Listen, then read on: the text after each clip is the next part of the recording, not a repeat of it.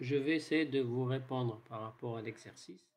Donc, je vous ai demandé de remplir la table de routage du routeur R1, c'est-à-dire celui-là. Quand on a à remplir cette table de routage, nous allons d'abord la remplir pour expliquer comment se fait la saisie des informations de routage.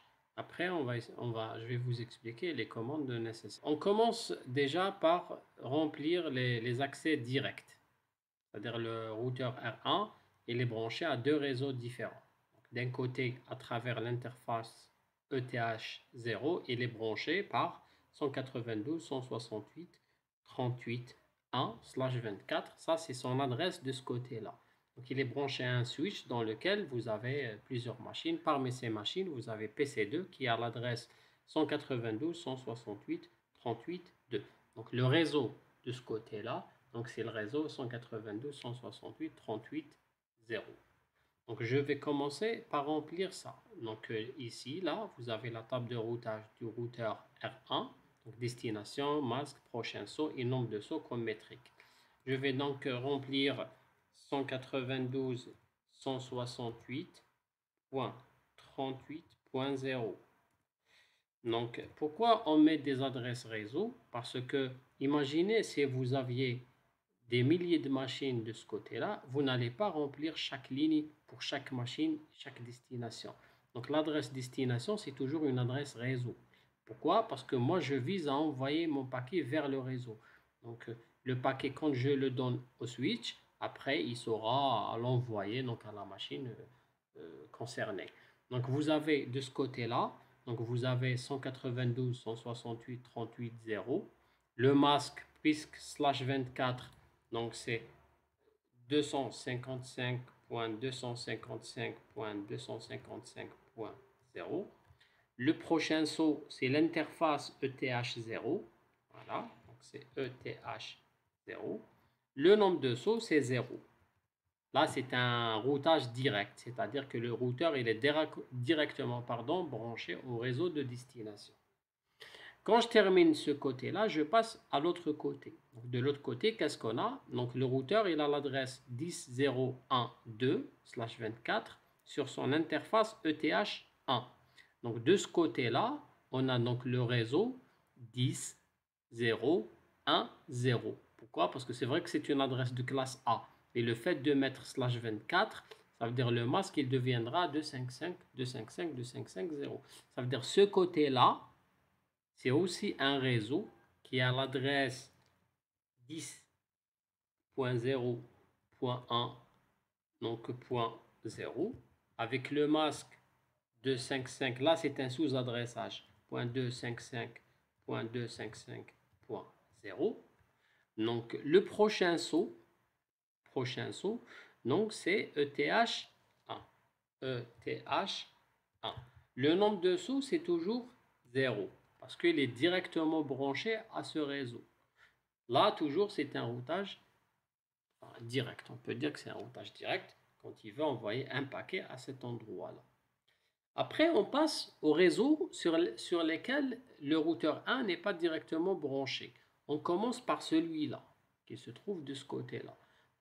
Celui-là, puisque le routeur 2, donc il est branché au routeur 3, donc avec 10.0.0.3, toujours /24, et de ce côté-là, c'est 10.0.0.2/24, donc c'est l'adresse de cette interface. Mais ce qui nous intéresse, nous, c'est l'adresse de ce réseau-là, qui se trouve sur ce segment. Donc sur ce segment, donc nous avons, c'est le réseau, donc 10.0.0.0, pardon, donc 0, voilà, parce que c'est ce côté-là. Avec le masque, toujours /24, donc c'est 255.255.255.0. Là, le prochain saut, on a deux choix, c'est-à-dire le routeur R1 pour qu'il puisse atteindre cet endroit. Donc, soit on met l'interface de sortie, qui est le nom de l'interface du routeur de ce côté-là. Donc, on peut mettre ETH1, ou bien on peut mettre l'adresse IP du prochain routeur qui est directement branché. C'est-à-dire, pour arriver là, je dois passer par là. Donc, je peux aussi mettre cette interconnexion-là, qui est donc 10.0.1. 1.1. Le nombre de sauts là, ça devient pas 0 parce que pour arriver ici, je saute au moins une fois. C'est-à-dire que le nombre de sauts, c'est 1. Voilà. Donc, je rappelle, premièrement, on avait configuré le réseau vers l'interface, les interfaces sur lesquelles R1 ou le routeur 1 est directement branché. Donc, c'est celui-là, puis celui-là. Après, on a commencé au routage indirect. Indirect, ça veut dire qu'il n'est pas directement branché. Il doit sauter au moins une fois pour qu'il puisse atteindre la destination. On a commencé par cet endroit qui est l'adresse 10.0.0.0. Après, donc, nous allons passer au réseau le plus loin, c'est-à-dire celui-là. Donc celui-là, c'est le routeur R3, donc il a de ce côté-là 192.168.0.2. Et la machine PC1, elle est sur le même réseau que cette interface-là, qui est 192.168.0.1. Donc le réseau de ce côté-là, certainement, c'est le réseau 192.168.0.0. Voilà.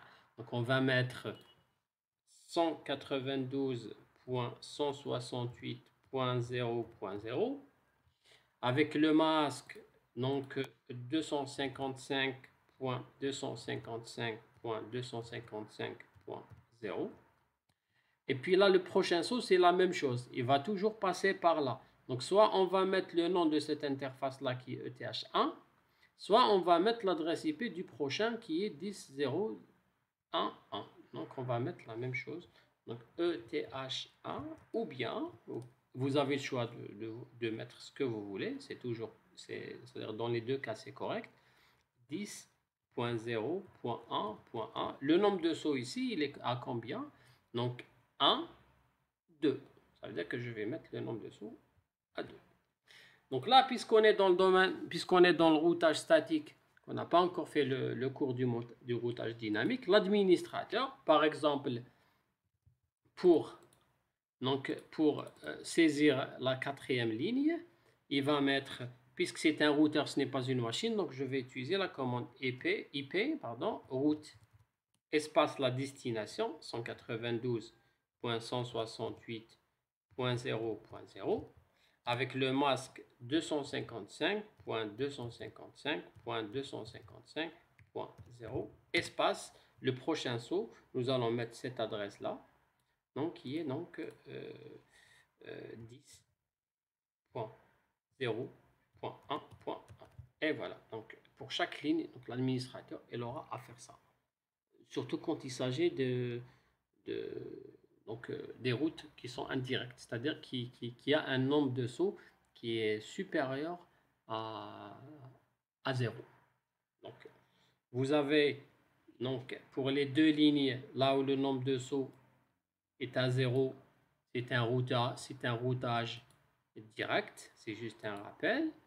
Et là où vous avez le nombre de sauts, il dépasse 0, c'est un routage indirect. Ça veut dire que ça passe par au moins un autre routeur avant d'atteindre la destination. Voilà, donc c'est la table de routage du routeur R2. Vous pouvez mettre la même chose sur les deux autres routeurs R2 et R3. Bon, une précision, c'est que je sais que la plupart vont répondre uniquement avec la première ligne et la quatrième. Donc, ils ne vont pas prendre en considération le chemin direct de ce côté-là et le chemin vers ce segment-là. Moi, j'ai préféré mettre tous les cas possibles, comme ça va être plus clair pour vous. Alors, certes, quand vous dites, moi, je vais remplir la table de routage du routeur, ce qui m'intéresse, c'est que dans le routeur, il y aura un chemin vers cette destination et un chemin vers cette destination. Moi, j'ai préféré rajouter celle-ci et celle-ci, donc qui correspondent à la deuxième et la troisième ligne, pour vous expliquer tous les cas possibles qui existent. Bon, on ne sait jamais parce que il peut peut-être y avoir un réseau. Ici aussi, c'est un réseau. Peut-être qu'il peut y avoir un switch, des machines, etc. Pareil de ce côté-là. Rajouter la deuxième et la troisième pour montrer qu'on peut mettre tous les cas possibles. Parce qu'à vrai dire, là, vous avez 3 routeurs. De chaque côté, vous avez donc un réseau différent. Donc, nous avons combien de réseaux, combien de LAN. Donc, LAN 1. LAN 2, LAN 3 et LAN 4. C'est-à-dire même l'interface entre les routeurs, c'est un réseau local parce que c'est une adresse réseau qui est différente avec son adresse de diffusion différente. Et là, je vous donne comme exercice de remplir la table du routeur 2 et du routeur 3. Voilà, donc j'attends la réponse à ce que je vous ai donné comme exercice, c'est-à-dire la table de routage du routeur 2 et du routeur 3. Voilà, bon courage.